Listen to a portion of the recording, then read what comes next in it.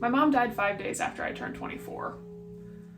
I was about a semester into my graduate English program, so my natural inclination was to write about it, which then turned into me needing to read about it, to see, what people were saying about their experiences with death, loss, grief, and mourning, and how to grapple with this, never-ending absence that we're forced to deal with.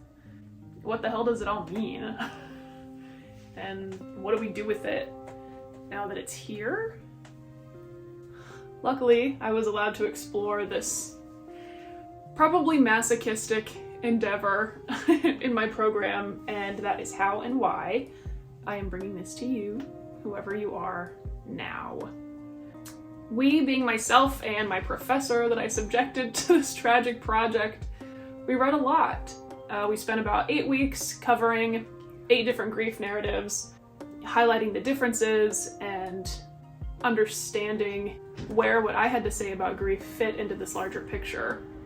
What I didn't expect to find was that maybe it didn't. And I'm not saying that there's not room for my writing or for my experience with grief, but just that everything that I felt like I needed to say had been said already. Like when Michelle Zahner said, there was part of me that felt, or maybe hoped, after my mother died, I had absorbed her in some way, that she was part of me now. Jennifer T. Cowan.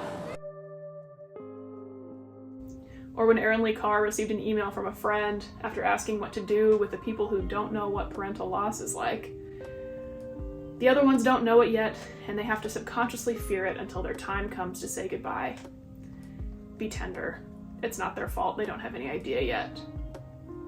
And she wondered how to be kind when I only felt rage. Or Catherine Scholes.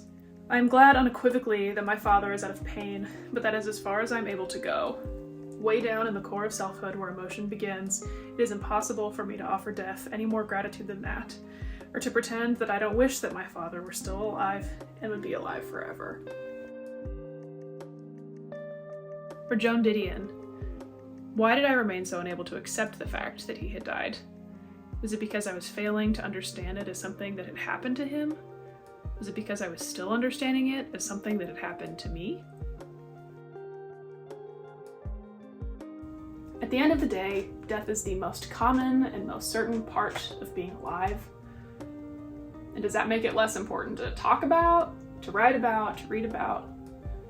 And the answer is so obviously no that it feels silly to even ask. The lack of originality in a shared experience doesn't render it useless or worthless. It just means that we have the morbid misfortune of getting to marinate in it together. So I don't know if what I set out to do with this project at the beginning is what will become of it at its end. But there's one detail that remains the same. I want to tell you about my mom.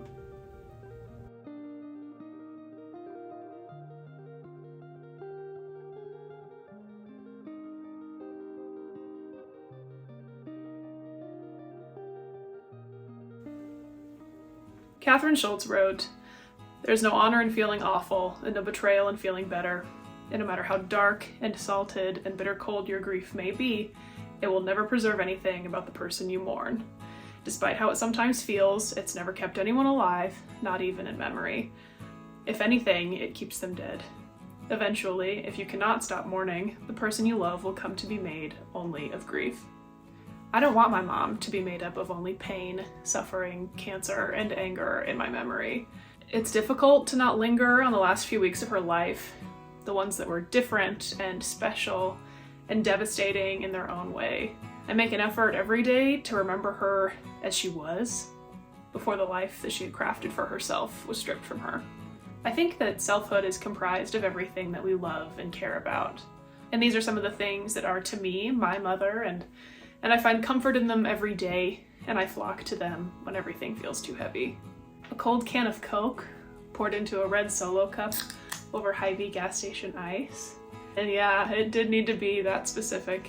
In that same pop purist spirit, she took the rollout of the Coca-Cola Freestyle machines very personally. And she let it be known, and she took her rage to Twitter. share a couple highlights with you. Another vile dispensary of nastiness has appeared in another eatery. I heart Coca-Cola, but I hate these. #taste nasty. At Coca-Cola, this does not make me smile. These machines make your product taste vile. #dump the box. Every time I eat anywhere that has one of these machines, I curse it in her honor, and I gotta be honest, I kind of think that she was right. And a few smaller things, like Reese's peanut butter cups, green apple bubblegum, the frozen Stouffer's cream chipped beef, the infamous but still incredibly top secret pink cookies. For real, you can't have the recipe. She'd frequently get ice cream for dinner, and this is something that I've done on the 14th of every month since she passed on December 14th. It just feels like a nice way to give a nod to her. And really, who needs an excuse to eat ice cream for dinner? Yeah. Long, windy drives to nowhere with bulky cameras in tow. Casual Target strolls with mandatory stops in the stationery aisle. John Hughes movies that she'd seen a million times. I think I probably watched Breakfast Club at way too young of an age, but character building, I guess. Keith Haring's artwork.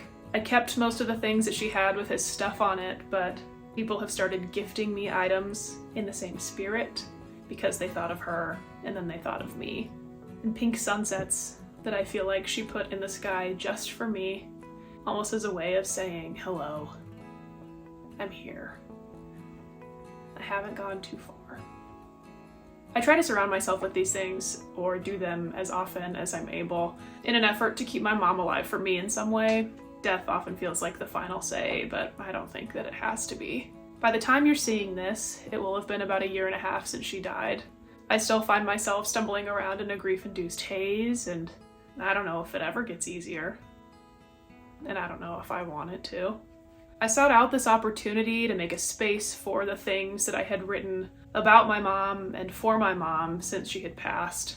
I wrote this poem a little after I had gotten over that first-year hurdle, after watching a film about all of the decisions we make branching off into different versions of our lives. It got me thinking about the variations of my mother that are still roaming around various planes of existence. It's called In Another Life, It Had to Have Been Easier. I think in another universe you would have opened your pastry shop. You'd live alone, outside of suburbia, with carefully curated artwork. Quiet meals made of whatever you want, with no outside protest. You would have lived in a timeline where you could have afforded to go to art school, and you'd move away from home and not bear the burden that seeps out from families cracked and bruised. You'd have chosen yourself. Never spent one day unhappy that a dish wasn't put away, a cat box unscooped, left for you. In this version of your life, you wouldn't get sick, have never been sick, not even close enough to feel the ripple of someone else being sick. Your worries would have been the size of a flat tire, a burnt-out light bulb, an untied shoe. It would have been simple and fulfilling and forgiving, and you'd never wonder, what if? Why me? There would only ever be a peaceful sunrise poking through soft linen curtains, a coffee that always tasted sweet enough, anxiety a distant whisper that never crossed over into this life. Even though, in this timeline, you'd never have children, I hope that somehow I'd be there. To witness the version of you that was allowed to just let be. I'd come back to you behind a cafe counter, unknowing, but all the wiser. In that life, I'd wish you had been my mother. I guess every version of me would long for the same thing. To have you for one more moment.